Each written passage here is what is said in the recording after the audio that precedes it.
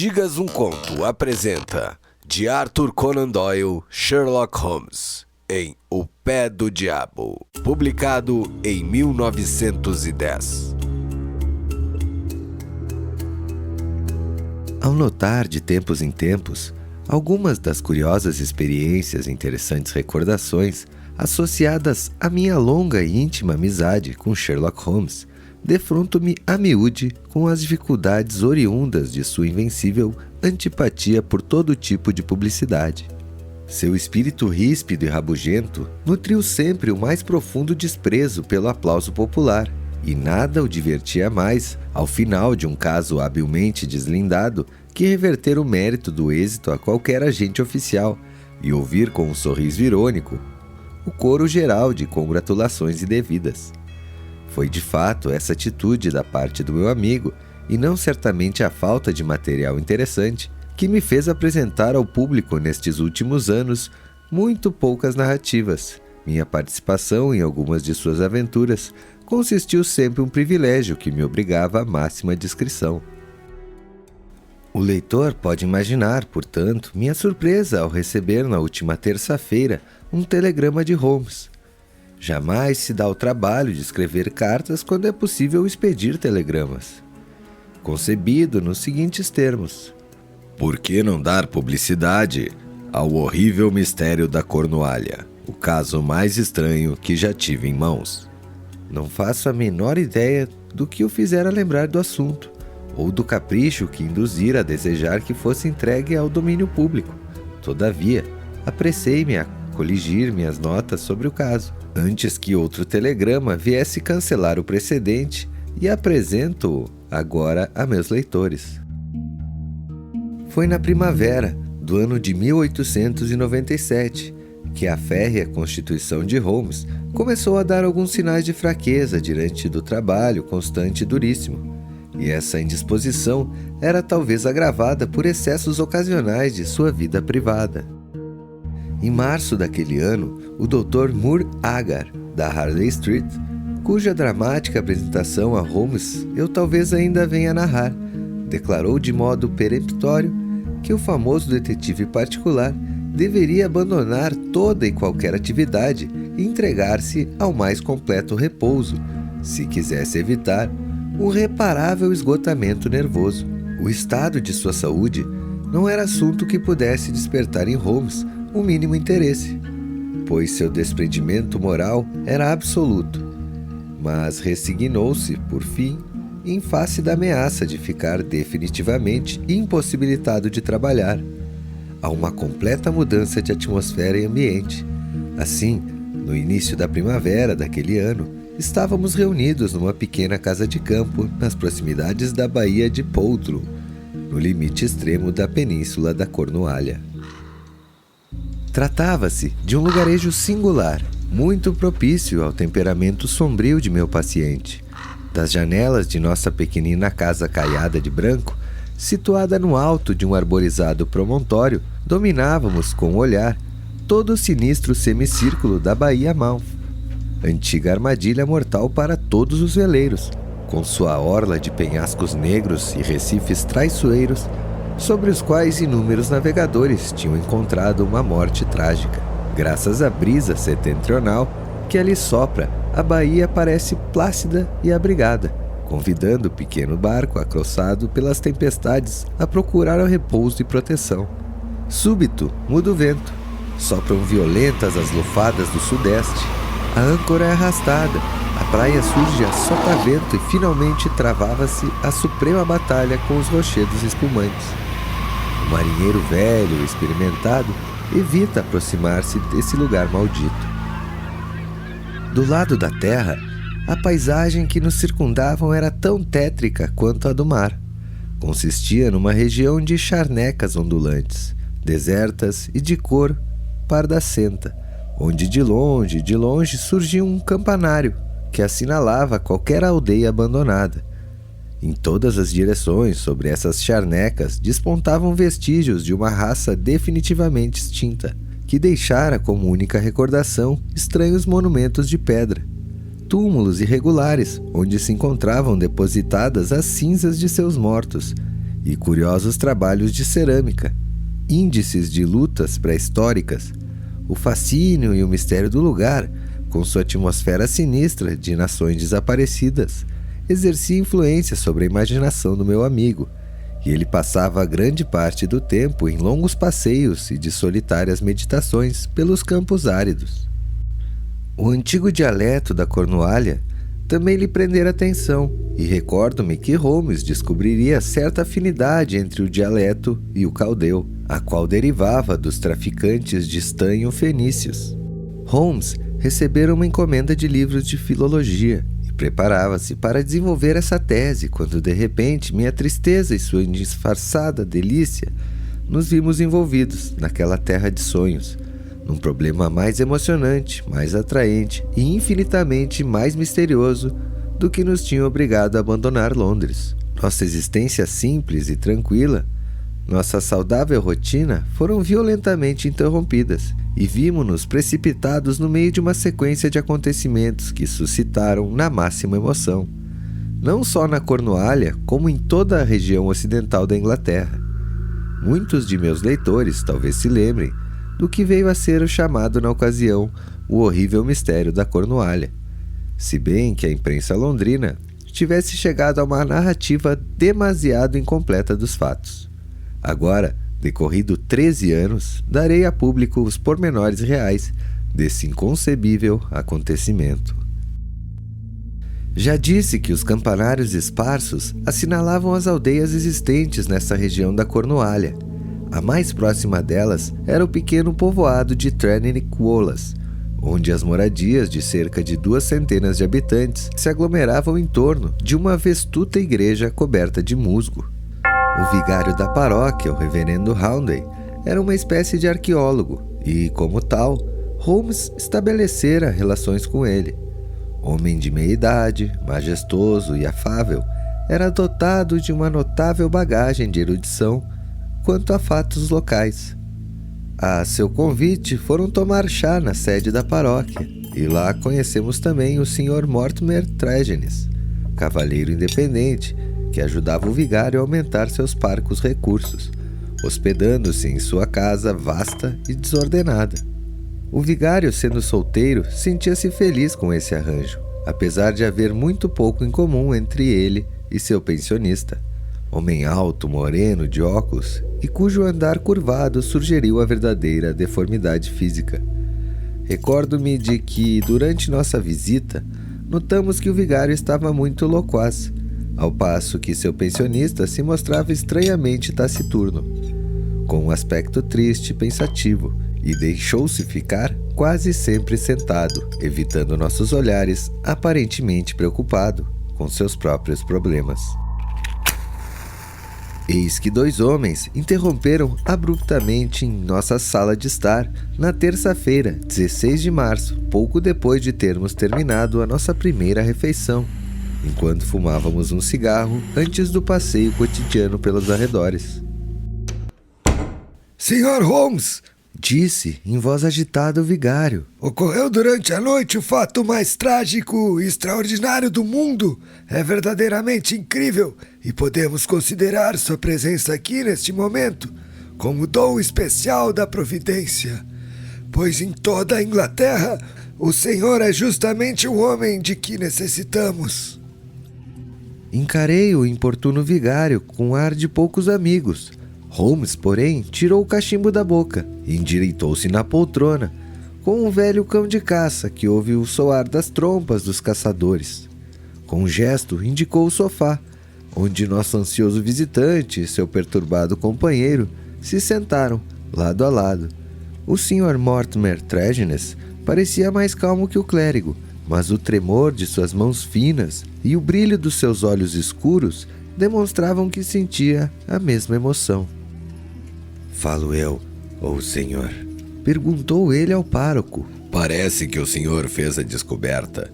Seja ela qual for, o vigário tomou conhecimento dela por seu intermédio. Por isso talvez seja melhor o senhor falar. Disse Holmes.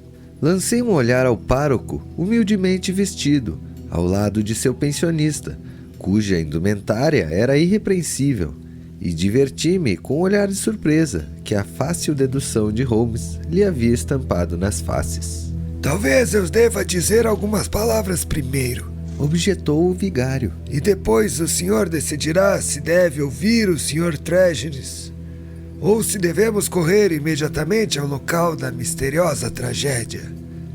Devo explicar-lhe que nosso amigo aqui presente passou a noite de ontem na companhia de seus 2 irmãos, Owen e George, e de sua irmã Brenda, na casa deles, em Trendenick Warta, situada junto à velha cruz de pedra no meio da planície. Deixou-os pouco depois das 10, jogando cartas ao redor da mesa da sala de jantar, com excelente saúde e bom estado de espírito. Hoje pela manhã, como de costume, levantou-se muito cedo e antes do café, saiu a passeio naquela direção, sendo alcançado pelo carro do Dr. Richards, que informou ter sido chamado com urgência a Trendenick Warta. O Sr. Mortimer Trégenis, como é óbvio, acompanhou-o. Ao chegar a Trendenick Warta, deparou-se com um espetáculo inaudito. Os 2 irmãos e irmã estavam sentados à mesa, exatamente como os tinha deixado, com as cartas ainda espalhadas à sua frente e as velas gastas até o fim. A irmã jazia rígida, morta, na cadeira, enquanto ao seu lado dos irmãos riam, gritavam e cantavam completamente fora de si. Os 3, a morta e os 2 dementes, tinham estampadas nas fisionomias a expressão do mais intenso horror. Um esgar de pavor horrível. Não havia o menor sinal da presença de alguém na casa, a exceto da senhora Porter, a velha cozinheira e governanta, que declarou a ter dormido a sono solto e nada ter ouvido durante a noite. Nada foi roubado ou remexido e não há qualquer explicação do que poderia ter apavorado uma mulher a ponto de lhe causar a morte e ter feito 2 homens normais perderem completamente o juízo. Este é, em resumo, a situação, Sr. Holmes. Se puder ajudar-nos a esclarecê-la, terá realizado uma grande obra. Eu esperava, de qualquer modo, persuadir meu companheiro a manter o repouso que constituía o objetivo de nossa viagem. Bastou-me, no entanto, um olhar ao rosto atento, as sobrancelhas contraídas para compreender que seriam vãs todas as minhas súplicas. Ele se manteve sentado por algum tempo em silêncio, com o pensamento absorto naquela misteriosa tragédia que viera perturbar o sossego de nossas férias. Cuidarei deste caso, disse finalmente. À primeira vista, parece-me tratar de um assunto de natureza excepcional. Esteve no local, Sr. Houndway? Não, Sr. Holmes. O Sr. Trégenis trouxe-me a horrível notícia e eu me apressei a vir com ele consultá-lo. A que distância fica a moradia onde ocorreu tão singular tragédia? A cerca de 1,5 km. Então faremos uma caminhada juntos até lá. Antes de irmos, porém, desejo-lhe fazer-lhe algumas perguntas, Sr. Mortimer Trégenis. Trégenis permanecera em silêncio durante o tempo todo, mas eu notei que sua agitação, apesar de bem mais controlada, era mais forte do que a emoção patente do vigário. Sentado, com o rosto lívido e abatido, o olhar ansioso e fixo em Holmes, torcia convulsivamente as mãos finas. Seus lábios descorados tremiam ao ouvir a descrição da pavorosa desgraça que desabara sobre sua família, e os olhos escuros pareciam refletir ainda o horror da cena que tinha contemplado. Pergunte-me o que quiser, Sr. Holmes, respondeu prontamente. É-me penoso falar a respeito do assunto. Não obstante, contarei tudo o que sei. Descreva os acontecimentos da noite passada. Pois bem, Sr. Holmes, sei lá, como o vigário disse, meu irmão mais velho, George, propôs após a ceia que jogássemos uma partida de whistle Começamos a jogar por volta das 9 horas. Eram 10:15 quando me despedi. Deixei-os sentados à mesa, todos muito alegres. Quem o acompanhou até a porta? A senhora Porter já fora para o quarto. Por isso saí sozinho, fechando a porta do vestíbulo atrás de mim. A janela da sala em que eles se encontravam estava fechada, mas a cortina estava aberta.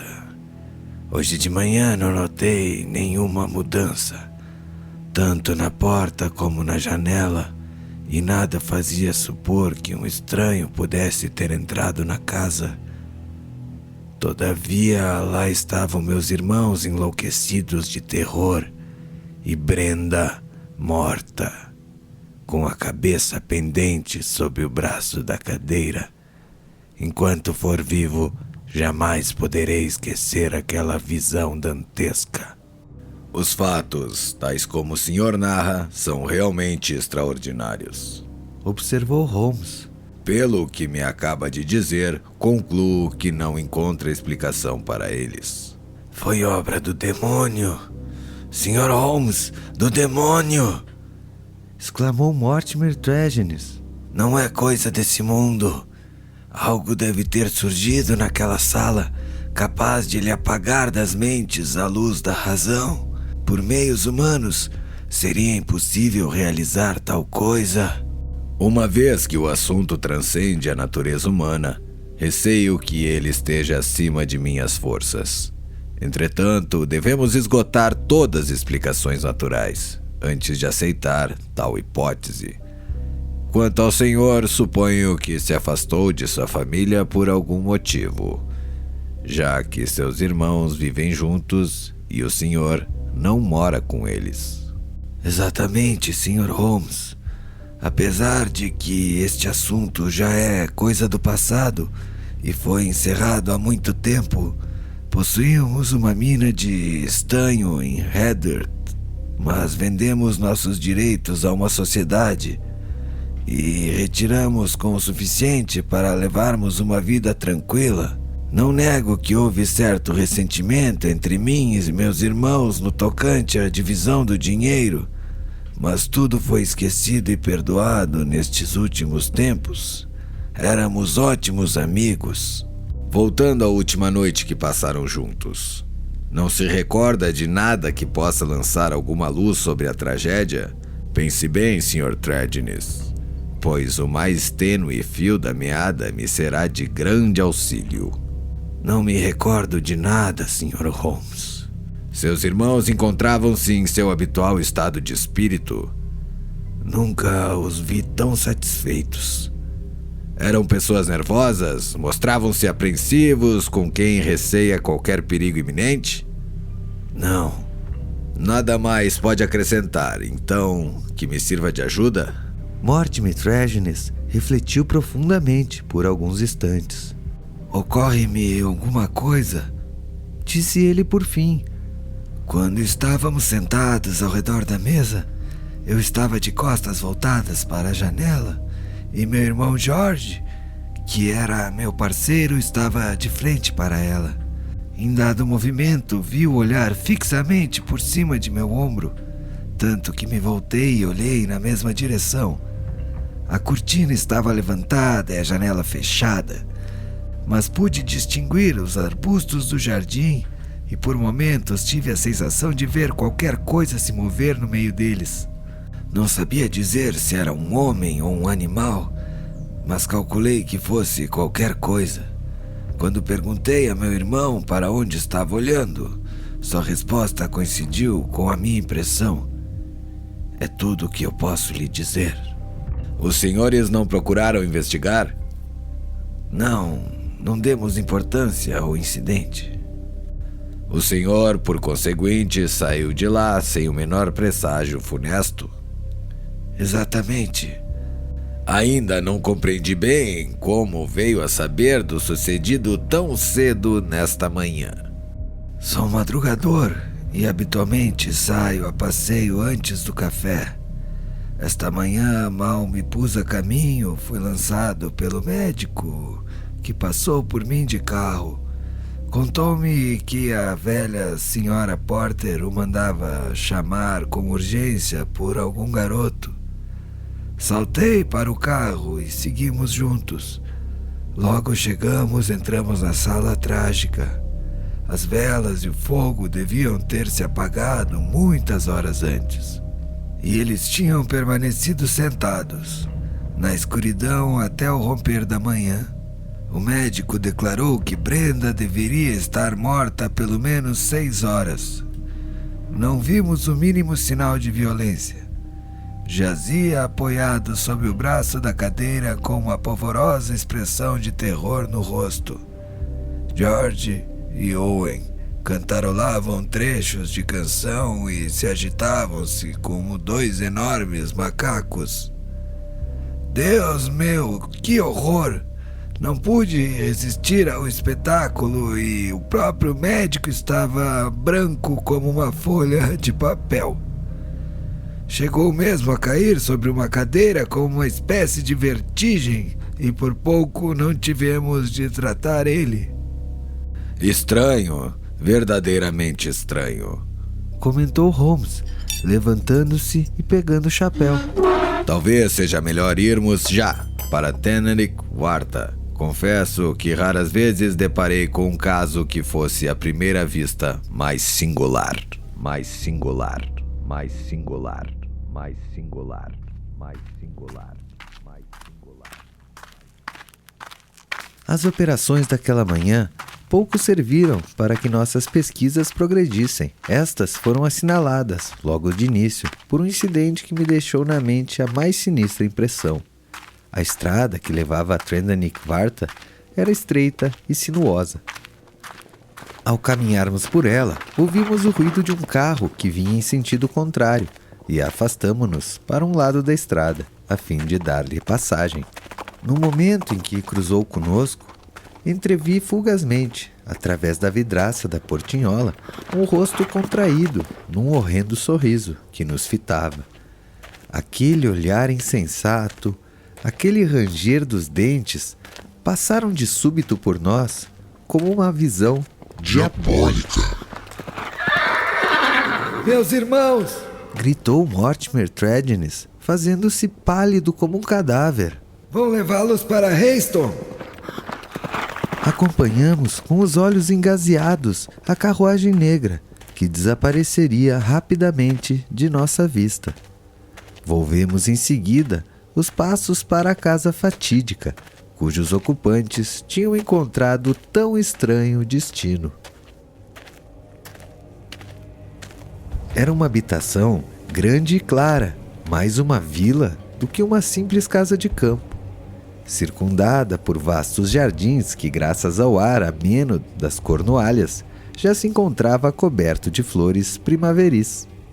A janela da sala de estar dava para esse jardim, e por ela, segundo as declarações de Mortimer Tregennis, devia ter entrado aquela coisa demoníaca, que por um rápido instante transtornou a mente de seus irmãos por um simples efeito de horror.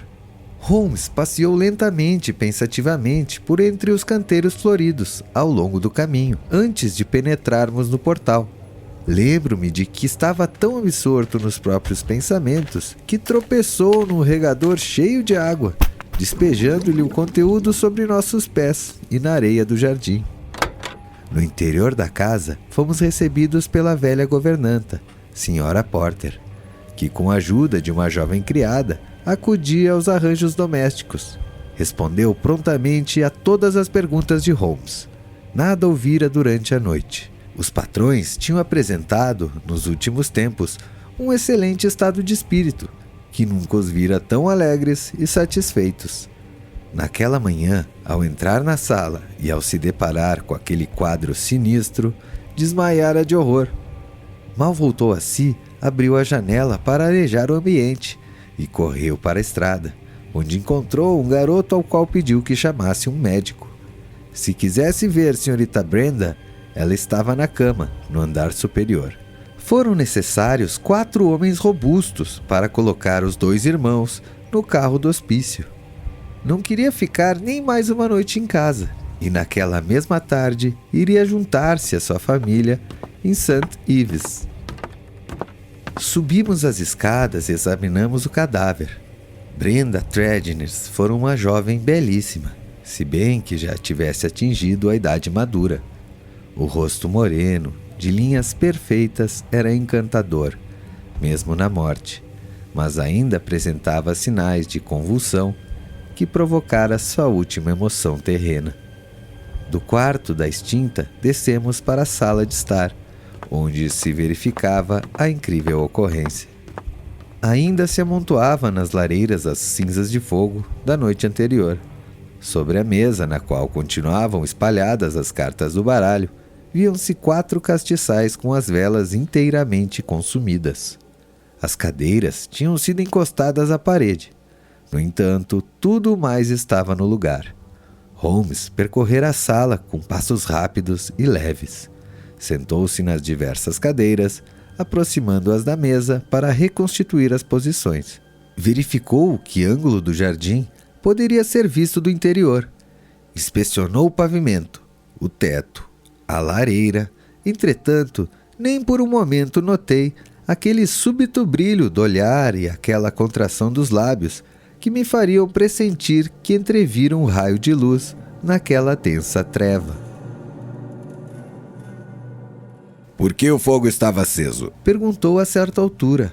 Costumava acender sempre a lareira nesta sala, mesmo numa noite de primavera? Mortimer Tredniers explicou que a noite fora fria e úmida. Por esse motivo, tinham acendido a lareira depois de sua chegada.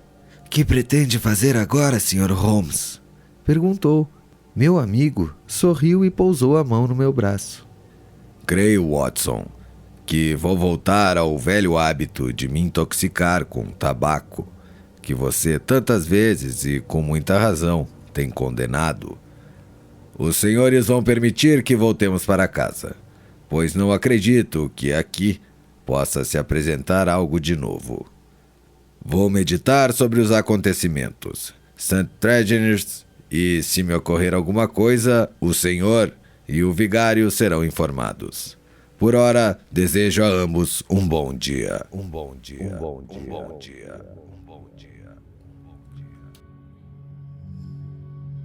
Só muito tempo depois de nosso regresso a Poldhu Cottage, Holmes quebrou o seu longo e obstinado silêncio, afundar-se na poltrona, com o rosto magro de asceta quase oculto pelas densas espirais de fumo do cachimbo, as negras sobrancelhas contraídas, a fronte sulcada de rugas, os olhos absortos vagueando pelo espaço. Finalmente, pôs de lado o cachimbo e levantou-se. Assim não dá, Watson, disse, soltando uma gargalhada. Vamos dar um passeio até os Penedos e procurar setas de pedra. Será mais fácil encontrar despojos neolíticos do que chaves para nosso problema. Fazer o cérebro trabalhar sem material suficiente é o mesmo que exigir de uma máquina o que ela não pode dar. Fica reduzida a pedaços. O ar do mar, o sol e paciência, Watson. O resto virá por si. E agora tentemos definir com calma a nossa posição. Prosseguiu enquanto contornávamos os penedos. Procure agarrar firme o pouquíssimo que sabemos, de modo que possamos colocar nos devidos lugares os novos dados que surgirem. Antes de mais nada, suponho de que nenhum de nós está disposto a admitir intrusões diabólicas em questões humanas. Principiemos por afastar da mente essa eventualidade. Muito bem. Restam assim 3 pessoas atacadas com crueldade. Consciente ou inconsciente, por um humano. Agora estamos pisando terreno seguro. Ora, quando se verificou isso? Presumindo que seja verdadeira narrativa do Sr. Mortimer Tredniers, tal fato sucedeu logo depois de lhe ter deixado a sala. Este ponto é importantíssimo. A hipótese é de que o incidente ocorreu poucos minutos depois. As cartas ainda se encontravam espalhadas sobre a mesa. Já passara a hora em que eles costumavam deitar-se. Todavia, não tinham mudado de posição, nem afastado as cadeiras da mesa. Repito, portanto, o fato deve ter se verificado logo depois da partida de Trégenes e antes das 11 horas da noite. A primeira coisa que devemos fazer é seguir, tanto quanto possível, todos os passos que Mortman Trégenes deu depois de deixar a sala. Nisso não encontramos dificuldade alguma, e parece-me que seus movimentos estão acima de qualquer suspeita. Você conhece bem meus métodos e, naturalmente, compreendeu o expediente algo desajeitado do regador, pelo qual obtive o pé dele uma impressão mais clara do que seria permitido obter por outro meio qualquer. O caminho arenoso é úmido e reteve a forma perfeita. Como deve lembrar-se, a noite passada também foi úmida, e não me foi difícil, depois de obter um modelo, descobrir-lhe pegadas no meio das outras e acompanhar-lhe os movimentos.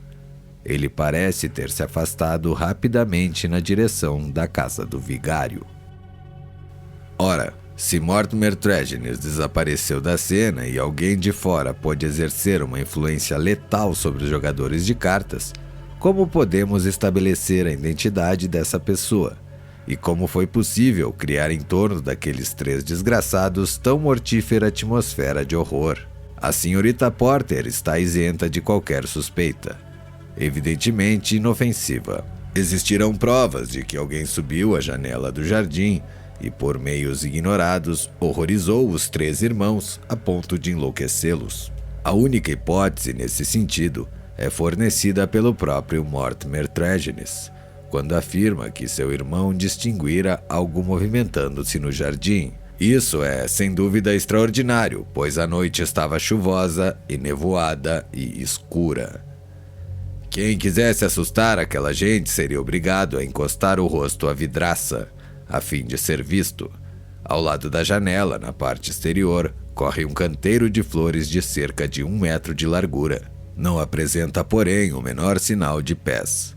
Por conseguinte, é difícil imaginar como alguém do lado de fora poderia ter produzido tão forte impressão sobre as três pessoas, praticando tão estranho e complexo atentado.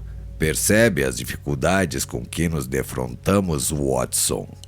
Perfeitamente, respondi, cheio de convicção. No entanto, se tivéssemos mais alguns elementos, poderíamos demonstrar que elas não são insuperáveis. Continuou Holmes. Estou certo de que você encontrará em seu vasto arquivo alguns casos quase tão obscuros como este. Por ora, vamos pôr de lado o problema até que apareçam dados mais preciosos, e dediquemo-nos durante o resto da manhã a pesquisar do homem neolítico. Já me referi muitas vezes à faculdade de meu amigo de esquecer momentaneamente as coisas que o preocupam, mas nunca o admirei tanto como naquela manhã de primavera, na Cornualha, onde durante 2 horas discorreu a respeito dos celtas, pontas de flecha e fragmentos de cerâmica, com grande desembaraço, como se nenhum mistério sinistro aguardasse uma solução. Só à tarde, de regresso à casa, tornávamos a falar no assunto. Estava à nossa espera uma visita, e não foi preciso dizer-nos de quem se tratava. Aquele vulto enorme, o rosto duro e sulcado de rugas, o olhar arrogante, o nariz aquilino, os cabelos grisalhos que quase vasculham o teto da sala, a barba, loura nas pontas e branca junto aos lábios, exceto as manchas de nicotina deixadas pelo eterno charuto. Tudo isso era muito conhecido, tanto em Londres como na África, e só podia estar relacionado à extraordinária personalidade do Dr. Leon Sterndale, o célebre explorador e caçador de leões. Sabíamos de sua presença na região e tínhamos por 1 ou 2 vezes avistado sua figura gigantesca nos atalhos da charneca. Ele, porém, nada fizera para se aproximar de nós, nem nós por outro lado. Jamais sonhávamos estabelecer relações com ele, pois sua misantropia era muito conhecida. Nutria um amor tão exagerado pelo isolamento que nos intervalos de suas viagens passava a maior parte do tempo numa pequenina casa de campo perdida na solidão dos bosques de Bichamp, Arians. Aí, entre livros e mapas, dedicava-se à existência de absoluta segregação, atendendo às suas próprias necessidades, sem parecer interessar-se pela vida de seus vizinhos. Surpreendi-me, portanto, ao ouvi-lo perguntar a Holmes, com voz ansiosa, se tinha feito algum progresso na reconstituição do misterioso acontecimento. A polícia do condado está absolutamente tonta. Mas talvez o senhor, com a sua experiência mais vasta, consiga sugerir uma explicação plausível. O único motivo que me leva a interessar-me pelo caso é o fato de que, durante minhas numerosas estadias aqui, travei uma íntima amizade com a família dos Trengenes. Aliás, pelo lado de minha mãe, poderia chamá-los de primos. E seu trágico destino constituiu, como é natural, um profundo golpe em mim. Posso dizer-lhes que já me encontrava em Plymouth, rumo à África, quando soube do sucedido, e voltei no mesmo instante, a fim de colaborar no inquérito. Holmes arqueou as sobrancelhas. Por causa disso, então, o senhor perdeu o vapor? Seguirei no próximo. Por Deus, isso é que se chama amizade? Como lhe disse, éramos parentes. De acordo, primos por parte de mãe. Sua bagagem já estava no navio? Alguma coisa, a de mais valor, estava comigo no hotel. Compreendo, mas com certeza a notícia desse acontecimento não pode ter sido publicada pelos matutinos de Plymouth. Não, recebi um telegrama. Pode dizer-me quem lhe telegrafou? Pelo rosto magro e ossudo do explorador, perpassou uma sombra. É muita curiosidade, Sr. Holmes. Faz parte de minha profissão. Com um esforço, Dr. Sterndale recobrou a calma. Nada me impede de dizê-lo. Foi o Sr. Houndey, o vigário, quem me telegrafou. Muito obrigado. Redarguiu Holmes. Respondendo à sua primeira pergunta, devo dizer-lhe que ainda não tenho uma noção clara deste caso, mas nutro fortes esperanças de chegar a uma conclusão. Seria prematuro dizer-lhe mais alguma coisa. Suas suspeitas indicam algum rumo seguro? Não, sobre isso nada posso afirmar. Então, perdi meu tempo e parece-me inútil prolongar a minha visita. O famoso explorador retirou-se a passos largos, visivelmente irritado, e ao cabo de 5 minutos, Holmes seguiu-o. Não tornei a vê-lo senão à tarde, quando regressou. Pelo passo lento e fisionomia abatida, concluí não terem sido muito frutíferas as suas investigações. Passou os olhos por um telegrama que o aguardava e atirou ao fogo. Do Plymouth Hotel, Watson. Explicou-me. O vigário deu-me o endereço e eu telegrafei para lá a fim de me certificar se a versão do Dr. Sterndale era exata. Parece que de fato passou a noite lá, e parte de sua bagagem já fora embarcada para a África, enquanto ele voltava com o intuito de estar presente durante esta investigação.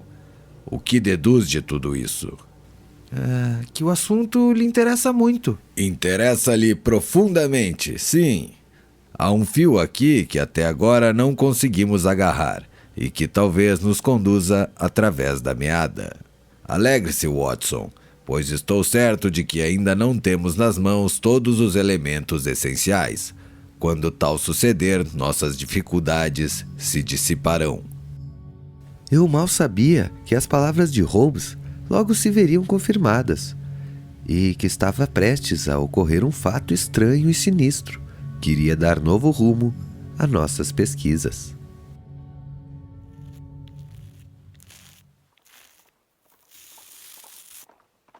Eu me barbeava junto à janela na manhã seguinte, quando ouvi o tropel de patas de cavalo e, erguendo o olhar, deparei com uma carruagem que vinha disparada pela estrada. O veículo estacou a porta e dele apeou o nosso vigário, que entrou correndo pelo jardim. Holmes já estava vestido e ambos nos apressamos ao seu encontro. Nosso visitante estava tão emocionado que mal podia articular palavra. Todavia, após muito balbuciar e arquejar, conseguimos ouvir-lhe a trágica notícia. Mortimer Tregennis morreu durante a noite, apresentando exatamente os mesmos sintomas encontrados nos outros membros de sua família. Holmes ergueu-se de súbito, vibrante de energia. Pode levar-nos em seu carro? Certamente. Nesse caso, Watson, adiaremos nossa refeição. Estamos ao seu inteiro dispor, Sr. Houndway. Vamos depressa, antes que alguém entre no aposento e tire qualquer coisa do lugar. Tregennis ocupava 2 quartos sobrepostos no ângulo da casa. O do andar térreo servia de sala de estar. O de cima era o quarto de dormir. A janela de ambos dava para um campo de croque, junto ao edifício. Tínhamos chegado antes do médico e da polícia, de modo que tudo se encontrava no lugar.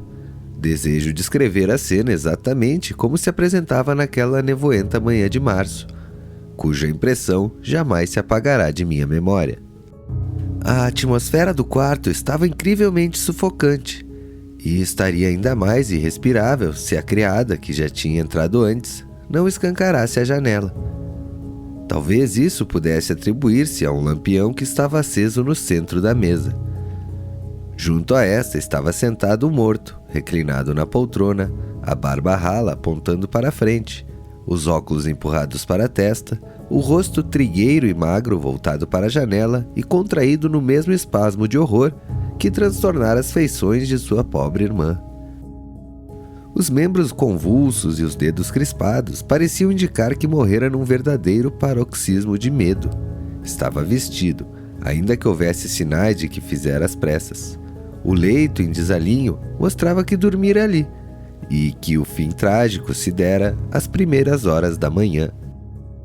Para avaliar a energia ardente oculta sob a aparência fleumática de Holmes, bastaria reparar na súbita transformação que ele sofreu ao entrar na sala fatal.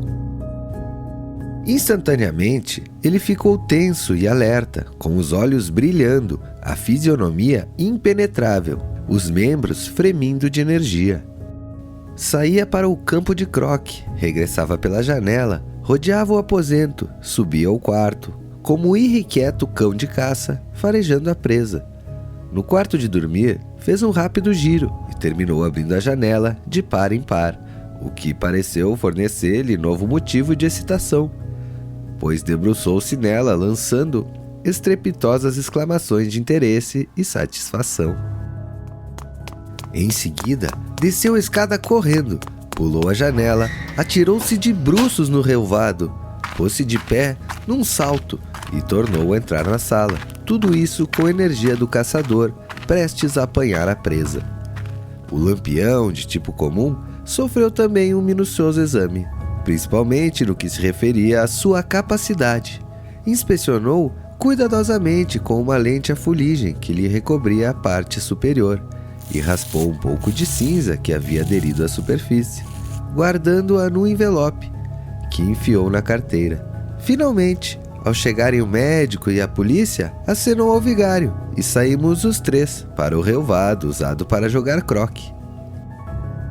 Tenho o prazer de lhes comunicar que a minha investigação não foi de todo infrutífera, observou. Não posso permanecer aqui para discutir o caso com a polícia, mas eu lhe ficaria grato, Sr. Houndway, se quisesse apresentar meus cumprimentos ao inspetor e chamar de atenção para a janela do quarto e para o lampião da sala de estar. Cada um desses elementos é sugestivo e, juntos, acho-os quase conclusivos. E agora, Watson, creio que nosso tempo pode ser mais bem aproveitado em outro lugar. A polícia provavelmente não via com bons olhos a intromissão de um diletante, ou talvez julgasse que estava seguindo uma pista mais segura. O fato é que ninguém nos procurou nos 2 dias seguintes, durante os quais Holmes passou parte do tempo em casa. fumando e conjecturando. No entanto, gastou a maior parte do tempo em demorados passeios solitários pelos arredores, dos quais voltava sem indicar, de modo algum, onde tinha estado. Uma certa experiência serviu para me revelar o rumo de suas pesquisas. Ele comprou um lampião, exatamente igual ao que ficara acesa nos aposentos de Mortimer Tregennis, na manhã da tragédia. Encheu-o com o mesmo combustível usado na casa do vigário e calculou com exatidão o tempo necessário que ele levara para se esgotar. A essa seguiu-se outra experiência, de caráter tão desagradável que não me será fácil esquecê-la. Você deve ter notado, Watson, observou ele uma tarde, que existe um único ponto comum de analogia nas diferentes informações que nos chegaram aos ouvidos. Refiro-me ao efeito produzido em cada caso pela atmosfera do aposento sobre as pessoas que entraram nele em primeiro lugar. Devemos lembrar que Mortimer Tregennis, ao descrever o episódio de sua última visita à casa dos irmãos, disse que o médico, quando entrou na sala, caiu sobre uma cadeira. Já esqueceu desse pormenor? Eu não me esqueci. Agora, deve lembrar-se também que a senhorita Porter, a governanta, nos declarou que desmaiara ao penetrar na sala e só depois abrir a janela. No segundo caso, do próprio Mortimer Tregennis, não pode ter esquecido a impressão horrível de asfixia que sentimos quando transpusemos a porta da sala, embora a criada tivesse aberto a janela. Soube depois que essa criada se sentiu tão mal que teve que ir para a cama. Ora, Watson, deve convir que esses fatos são muito significativos. Em ambos os casos, temos provas irrefutáveis de envenenamento da atmosfera. Por outro lado, em cada um deles, deparamos com o processo de combustão. No primeiro, o fogo ardia na lareira. No segundo, um lampião estava aceso. O fogo era necessário, pois a noite estava fria, mas o lampião, como se pode verificar pela quantidade de combustível consumido, foi aceso muito tempo depois do raiar do dia. Por quê? Sem dúvida, porque existia alguma ligação entre esses três fatores: a combustão, a atmosfera sufocante e, finalmente, a loucura ou a morte daqueles infelizes. Está claro, não acha? Assim parece. Pelo menos podemos aceitar essa hipótese. Suponhamos então que em cada um dos casos alguma coisa foi queimada, tendo produzido uma atmosfera de misteriosos efeitos tóxicos. Muito bem. No primeiro, da família Tregennis, essa substância foi colocada na lareira. A janela estava fechada, mas naturalmente parte dos vapores foi absorvida pela chaminé, ao menos por certo tempo. Por isso, deve-se imaginar que os efeitos do veneno foram menores do que no segundo caso, em que houve menos escape de fumaça. Os resultados parecem indicar isso, pois no primeiro caso apenas a mulher, presumivelmente dotada de um organismo mais sensível, encontrou a morte, enquanto nos outros se apresentou um fenômeno da loucura temporária ou permanente, que é com certeza o primeiro estágio provocado pela droga. No segundo caso, o resultado foi total. Por conseguinte, os fatos tendem a confirmar a hipótese de um veneno que atua por combustão. Baseado nesse raciocínio, era natural que procurássemos no quarto de Mortimer Tregennis qualquer traço dessa substância.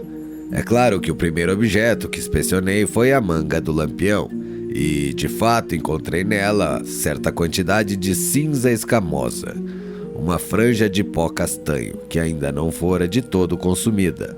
Como você viu, recolhi metade desse pó e coloquei-o num envelope. Por que apenas metade, Holmes? Não é meu costume, caro Watson, dificultar as investigações da polícia oficial. Costumo deixar-lhes todas as provas que encontro. Se possuírem habilidade para descobri-lo, boa parte do veneno ainda se encontra lá. E agora, Watson, vamos acender nosso lampião. Tomaremos, no entanto, a precaução de abrir a janela, a fim de evitarmos a morte prematura de 2 dignos membros da sociedade. Você se senta numa poltrona junto da janela, a menos que, como uma pessoa de bom senso, se recue a tomar parte esta experiência. Ah, prefere ver como vai terminar. Eu estava certo que conhecia meu Watson. Colocarei esta cadeira em frente à sua, de modo que possamos ficar ambos igual à distância do veneno face a face. Deixaremos a porta entreaberta. Cada um de nós está em posição que permite observar o outro e pôr fim à prova se os sintomas se revelarem alarmantes. Está entendido? Muito bem. Tiro então nosso pó do envelope, ou o que resta dele, e ponho sobre o lampião aceso. Pronto. E agora, Watson, sentemo-nos e aguardemos os acontecimentos. Estes não se fizeram demorar. Mal me havia sentado, principiei a sentir o odor sufocante, almiscarado, sutil e nauseante. A primeira baforada, perdi todo o domínio do cérebro e da imaginação. Uma nuvem espessa e negra baixou-me sobre os olhos, e eu tive a intuição de que trazia em seu bojo, invisível ainda, mas pronto a saltar diante de meus sentidos, dominados pelo pavor, tudo quanto havia de vagamente horrível, monstruoso e infinitamente perverso no mundo. Formas indistintas giravam e flutuavam na escuridão da nuvem, cada uma delas trazendo em si a ameaça ou advertência de qualquer coisa iminente. O aparecimento de algo pavoroso, cujas sombras, por si, bastaria para me fulminar a alma. Fiquei gelado de horror. Senti os cabelos arrepiar-se, os olhos saltarem das órbitas, a boca escancarar-se, a língua prende para fora como um pedaço de couro. E tal era o tumulto em meu cérebro que já tive a impressão que minha cabeça ia estourar. Tentei gritar e apenas percebi, vagamente, um rouco coachar, que deveria ser minha voz, mas irreal e infinitamente distante. Nesse momento, num supremo esforço de fuga, irrompi, através daquela nuvem de desespero, e o entrevi o rosto de Holmes, pálido, rígido, petrificado de terror. A mesma máscara que eu vira impressa nas feições dos dois cadáveres. Essa visão deu-me um átomo de lucidez e força.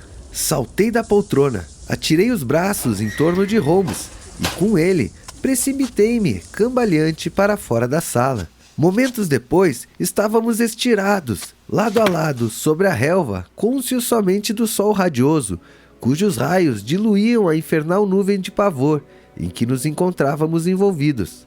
Lentamente, ela se evaporou de nosso espírito, como a bruma dos pântanos, e assim recuperamos a calma e a razão.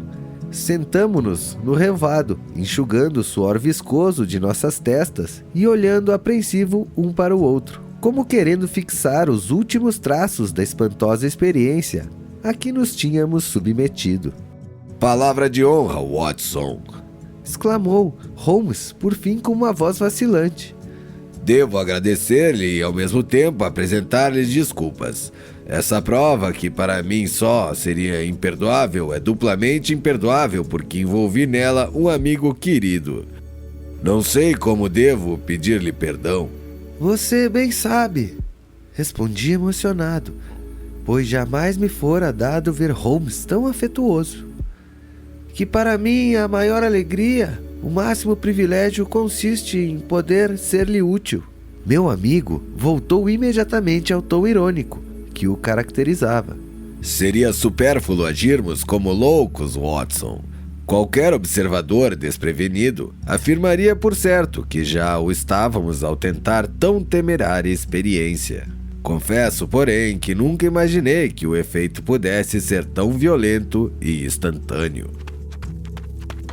Entrou correndo em casa, reapareceu com o lampião ainda aceso, conservando-o à distância, e arremessou-o sobre um monte de galhos secos. Devemos esperar que a atmosfera do quarto se purifique. Suponho, Watson, que não alimente a menor sombra de dúvida quanto à maneira pela qual essas tragédias ocorreram. Absolutamente nenhuma. A causa, no entanto, permanece tão obscura como antes. Sentemo-nos debaixo deste caramanchão para discutir o assunto. Aquela maldita droga parece ainda me apertar a garganta. Somos obrigados a admitir que, na primeira tragédia, o criminoso foi Mortimer Tregeners, apesar de ele ter sido a vítima na segunda. Não nos esqueçamos da história da briga de família, seguida de um apaziguamento. Todavia, não sabemos até que ponto foi o litígio, nem o valor efetivo da reconciliação. Quando evoco Mortimer Tregeners com aquela cara de raposa matreira, com aqueles olhos redondos e astutos brilhando por trás dos óculos, não julgo o homem suscetível de perdoar alguém. Além disso, deve recordar-se de que a ideia de um vulto movendo-se no jardim, a qual nos desviou momentaneamente a atenção da causa real do trágico evento, partiu dele. Tinha motivos para nos despistar. E finalmente, se não foi ele quem atirou a substância no fogo no momento em que abandonou a sala, quem mais poderia tê-lo feito? A coisa sucedeu logo depois da partida dele. Se alguma pessoa tivesse aparecido, a família evidentemente teria deixado a mesa. Por outro lado, neste pacífico condado da Cornualha, não se fazem visitas depois das 10 da noite. Portanto, todos nossos indícios apontam para Mortimer Tregeners como o único culpado. Então, sua própria morte foi um suicídio. Bem, Watson, à primeira vista, tal hipótese não parece impossível. Um homem sobre cuja consciência pesa a culpa de um crime tão hediondo contra a própria família poderia muito bem, levado pelo remorso, infligir a si mesmo o idêntico fim. Há, contudo, fortes argumentos contra tal suposição. Felizmente, existe alguém na Inglaterra que tudo sabe a esse respeito. E eu providenciarei para que possamos ouvir os fatos de seus próprios lábios, ainda esta tarde. Ah, aí vem ele um pouco antes da hora. Queira vir por aqui, Dr. Leon Sterndale. Estivemos realizando dentro de casa uma experiência química, a qual reduziu nossa saleta a condições absolutamente inadequadas para receber tão ilustre visitante. Eu ouvira o ranger do portão do jardim e vira surgir na passagem a majestosa figura do grande explorador da África, que se voltou com certa surpresa para o rústico caramanchão sobre o qual estávamos sentados. Recebi há cerca de 1 hora o bilhete com que mandava me chamar, Sr. Holmes. E por isso aqui estou, apesar de não saber por que deveria obedecer às suas ordens. Talvez possamos esclarecer a situação antes de nos separarmos, replicou Holmes. Por enquanto, fico-lhe muito grato pela cortês aquiescência. O senhor vai desculpar-nos esta recepção ao ar livre, mas meu amigo Watson e eu quase fornecemos mais um capítulo aos jornais que chamam de O Horrível Mistério da Cornualha. E por ora preferimos uma atmosfera mais saudável. Entretanto, como o assunto que vamos discutir o interessa particularmente de modo bastante íntimo, é melhor que conversemos em um lugar onde ninguém possa ouvir. O explorador tirou o charuto da boca e encarou fixamente meu companheiro. Não consigo atinar qual possa ser o assunto que me interessa de forma tão pessoal e íntima. Refiro-me ao assassinato de Mortimer Tregeners, explicou Holmes. Naquele momento, desejei estar armado. O rosto arrogante de Sterndale tornou-se rubro de cólera. Seus olhos fuzilaram, as veias da fronte incharam, ao mesmo tempo em que se lançava de punhos fechados sobre o meu companheiro. Conteve-se, porém, a tempo que, com um violento esforço, recobrou a calma. Uma calma rígida e fria, talvez ainda mais ameaçadora do que a explosão colérica. Vivi tanto tempo entre os selvagens e afastado das leis que me habituei a fazer justiça por minhas próprias mãos. Rogo-lhe que não esqueça isso, Sr. Holmes, pois não é meu desejo causar-lhe nenhum mal. Nem eu tenho desejo de molestá-lo, Sr. Sterndale. A prova mais evidente disso é que, sabendo o que sei, mandei chamá-lo e não a polícia. Sterndale deixou-se cair sentado no banco com um gemido subjugado, talvez pela primeira vez em toda sua aventurosa existência. Da atitude de Holmes, calma e segura, emanava tão grande autoridade que a ninguém era dado resistir. Nosso visitante titubeou por instantes, abrindo e fechando as enormes mãos, presa de intensa agitação. O que o senhor pretende dizer? Indagou por fim. Se tenciona divertir-se à minha custa, está muito enganado. Deixamos de rodeios. O que quer de mim?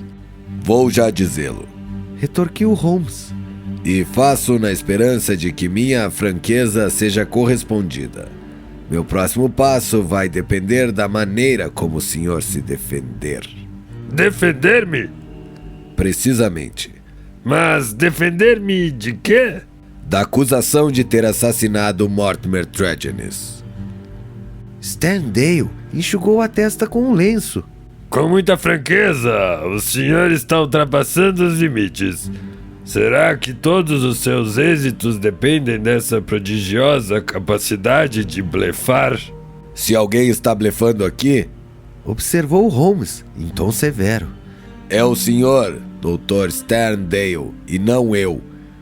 Como prova, contar-lhe-ei alguns fatos nos quais baseei minhas conclusões. Nada direi de seu regresso a Plymouth, deixando grande parte da bagagem prosseguir viagem para a África.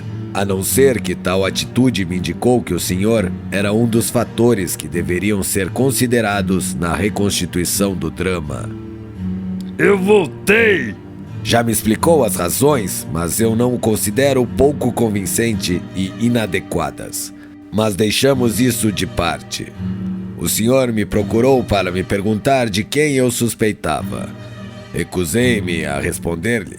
Dirigiu-se então à casa do vigário. Esperou algum tempo do lado de fora e, por fim, regressou à sua residência. Como sabe? Eu o segui. Não vi ninguém. Pode estar certo de que isso sucederá sempre que eu o seguir. O senhor passou toda a noite em claro e formulou certos planos que resolveu pôr em prática logo ao alvorecer. Saindo de casa ao romper do dia, encheu os bolsos com pedrinhas avermelhadas que jaziam num monte junto ao seu portão. Sterndale estremeceu violentamente e fitou Holmes, aturdido. O senhor venceu, então, a passos rápidos, o 1,5 quilômetro que o separava da casa da paróquia.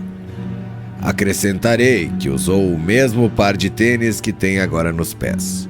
Ao chegar lá, atravessou o pomar e a sebe lateral e colocou-se embaixo da janela do quarto de Tregennis. Embora fosse dia claro, o silêncio dentro da casa era completo. Tirou algumas pedrinhas do bolso e atirou-as contra a janela do pavimento superior. Sterndale pôs-se em pé num pulo. Mas o senhor é o diabo em pessoa? Holmes sorriu diante do seu cumprimento. Foi preciso atirar 2 ou 3 punhados de pedras para que Tregennis aparecesse à janela. Pediu-lhe então que descesse. Ele se vestiu às pressas e foi para a sala de estar.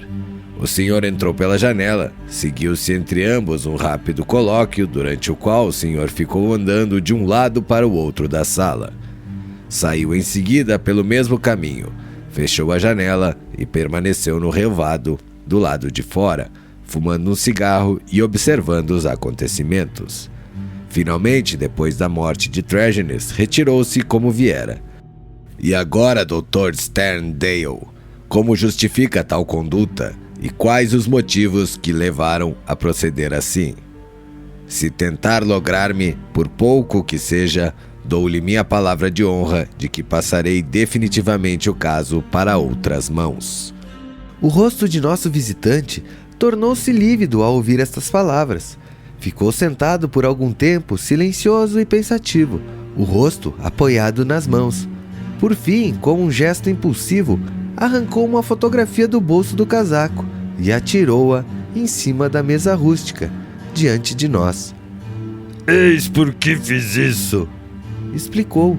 A fotografia reproduziu o busto e um rosto de uma mulher belíssima. Holmes inclinou-se para observá-la. Brenda Tregennis. Sim, Brenda Tregennis, repetiu nosso visitante. Há anos que nos amávamos. É esse o segredo do meu isolamento na Cornualha, de que toda a gente se admirava. Só assim podia estar próximo da única criatura que me era cara no mundo. Não podia casar-me com ela porque tenho uma mulher que me abandonou há muitos anos e da qual, por culpa das odiosas leis inglesas, ainda não pude divorciar-me. Durante anos Brenda esperou. Durante anos eu esperei. Eis o resultado de nossa espera. Um violento soluço abalou-lhe a figura gigantesca, e ele comprimiu a garganta com a mão. Depois, num supremo esforço, conseguiu dominar-se e continuou. O vigário sabia de tudo. Era nosso confidente. Ele lhes dirá que ela era um verdadeiro anjo na terra. Foi por isso que ele me telegrafou e voltei, que me importava as bagagens ou África, diante do que sucedera a minha querida Brenda. Aí tem, Sr. Holmes, a explicação que faltava para meu procedimento. Continue. Solicitou meu amigo. O Dr. Sterndale tirou do bolso um embrulho de papel e depositou-o sobre a mesa. Por fora estava escrito Radix Pedis Diaboli, e logo abaixo, no rótulo vermelho, lia-se veneno. Empurrou o pacote em minha direção. Sei que o senhor é médico. Já ouviu falar neste preparado? Raiz de pé do diabo? Não, nunca. Isso, aliás, não compromete seus conhecimentos profissionais. Acrescentou. Pois acredito que, com a exceção da amostra existente em um laboratório de Budapeste, não há outro exemplar na Europa. Ainda não encontrou lugar, nem na farmacopeia, nem nos tratados de toxicologia. A raiz tem o formato de um pé, meio humano, meio caprino. Daí o nome fantástico de que foi dado por um certo botânico missionário. É usada como veneno em provas punitivas pelos curandeiros de algumas regiões da África Ocidental, que conservam em segredo entre eles. Foi-me possível obter esta amostra específica na zona de Ubangui, em circunstâncias verdadeiramente extraordinárias. Abriu o pacote enquanto falava e exibiu-nos certa quantidade de um pó castanho avermelhado, semelhante a rapé. Então? Perguntou Holmes em tom severo. Vou explicar-lhe tudo quanto de fato aconteceu, pois já sabemos tanto que é de meu interesse que conheça o resto. Já lhe expus minhas relações com a família Tregeners por causa da irmã, cultivada amizade dos irmãos. Após certa desavença doméstica por questão de dinheiro, Mortimer afastou-se dos outros. Mas parece ter havido uma reconciliação, e eu voltei a encontrar-me com ele como fazia com os demais. Era astuto, sutil e intrigante, e por várias razões chegar a suspeitar dele. No entanto, jamais deu motivos para qualquer desavença séria entre nós. Um dia, há cerca de 2 semanas, esteve em minha casa. Eu lhe mostrei algumas de minhas curiosidades africanas. Entre outras coisas, dei-lhe a conhecer este pó. Contei-lhe suas específicas propriedades, a maneira como estimula centros nervosos cerebrais que controlam a sensação de medo, que provoca a loucura ou a morte do infeliz nativo, exposto a seus efeitos pelo feiticeiro da tribo. Expliquei-lhe também que a ignorância em que se encontrava a ciência europeia é a seu respeito. Eu não sou capaz de dizer-lhe como conseguiu apoderar-se dele, pois nem por um instante me afastei da sala, mas com certeza deve tê-lo feito enquanto eu abria armários ou me inclinava diante de alguma caixa. O fato é que subtraiu certa quantidade de raiz de pé do diabo. Recordo-me perfeitamente de que me acumulou de perguntas sobre a quantidade e o tempo necessário para produzir-se o efeito desejado. Mas eu já estava bem longe de imaginar que ele tivesse um motivo pessoal para fazê-lo. Não pensei mais no assunto até receber em Plymouth o telegrama do vigário. Aquele monstro supunha que eu me encontraria em alto mar quando recebesse a notícia e que me perderia durante anos no coração da África. mas contra sua expectativa voltei imediatamente. Como é óbvio, mal me inteirei dos pormenores da tragédia. Compreendi de que alguém usara meu veneno. Procurei então o senhor para ver por acaso se encontrara outra explicação. Mas não podia haver outra. Estava convencido de que o assassino era Mortimer Tregennis. Por amor ao dinheiro e talvez com a ideia de que se os demais membros da família ficassem loucos, ele assumiria sozinho a tutela do conjunto dos bens. Usara contra eles o pó venenoso, enlouquecendo os 2 irmãos e matando a irmã Brenda, a única criatura que amei na vida e que me amava. Aí está seu crime. Qual o castigo que lhe cabia? Deveria eu apelar para a justiça? Onde estavam minhas provas?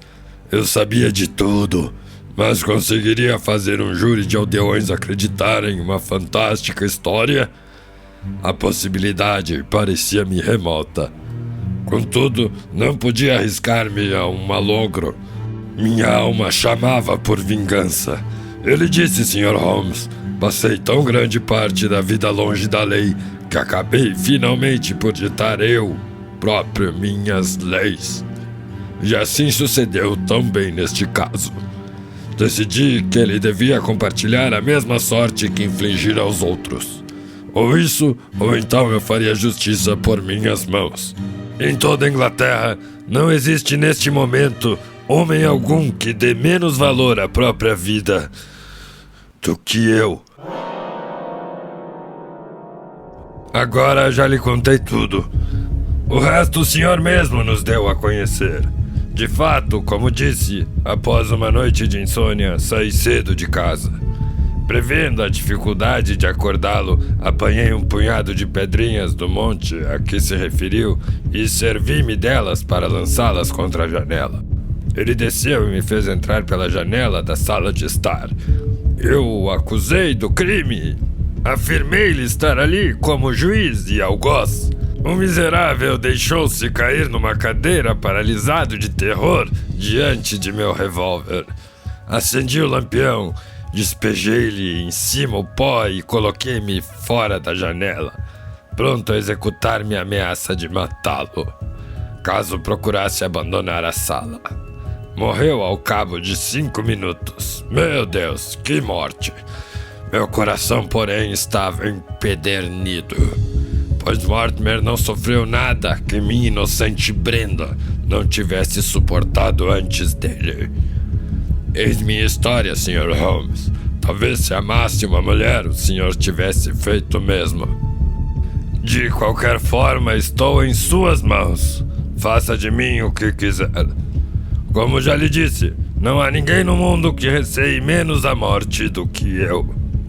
Holmes permaneceu algum tempo em silêncio. Quais eram seus planos? Perguntou por fim. Tencionava embrenhar-me no centro da África. Meu trabalho ali ficou pela metade. Pois vá terminá-lo. Sentenciou Holmes. Eu, pelo menos, não tenho a menor intenção de impedi-lo. O Dr. Sterndale ergueu seu vulto gigantesco, inclinou-se gravemente e saiu do caramanchão. Holmes acendeu o cachimbo e estendeu-me a bolsinha de tabaco. Algumas fumaças não venenosas constituirão um agradável derivativo. Observou. Espero que concorde comigo, Watson, em que este é um caso no qual não devemos interferir. Nossa investigação foi independente e independente será também nosso modo de agir. Você teria coragem de denunciar esse homem? Certamente que não. Nunca amei Watson, mas se amasse e minha vida tivesse tido semelhante destino, com certeza agiria como nosso destemido caçador de leões. Quem sabe? Bem, Watson, não quero ofender-lhe a inteligência explicando o óbvio. As pedrinhas encontradas no peitoril da janela estabeleceram naturalmente o ponto de partida de minhas pesquisas. Eram em tudo diferente das do jardim do vigário. Somente quando volvi atenção para o Dr. Sterndale e para sua residência é que vi de onde provinham. O lampião aceso em pleno dia e os resíduos do pó na manga do lampião formaram um encadeamento fácil de seguir.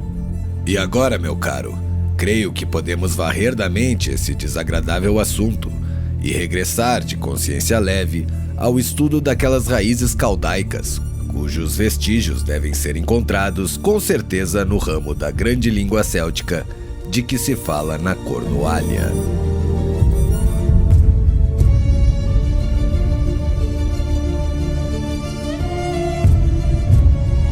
Fim do conto de Arthur Conan Doyle, O Pé do Diabo, publicado em 1910. Narração Diego Vezaro. Curta, Comente E compartilhe!